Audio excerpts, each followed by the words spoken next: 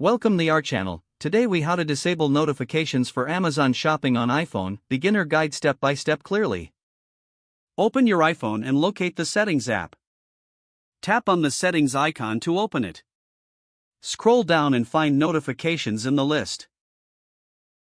Tap on Notifications to access your notification settings.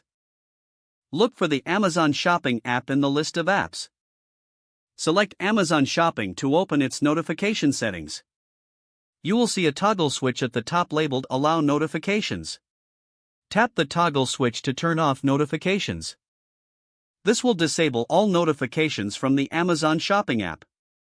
If you want to customize which notifications to disable, keep the toggle on. Then, scroll down to see options for sounds, badges, and alerts.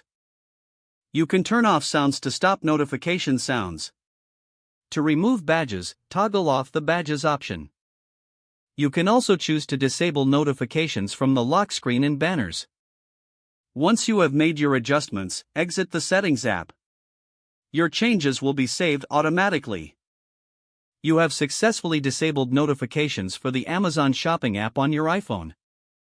If the page does not load, refresh the browser or try again in a private or incognito window.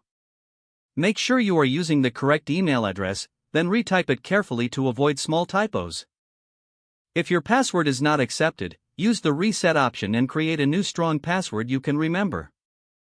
Check your spam folder for verification or security emails, then complete any requested confirmation steps. Enable two-factor authentication if available to improve account security and reduce unauthorized access risk. After signing in, review your profile details so your contact information and settings are accurate and current. If you see an error message, note it down and try again after restarting your device and internet connection.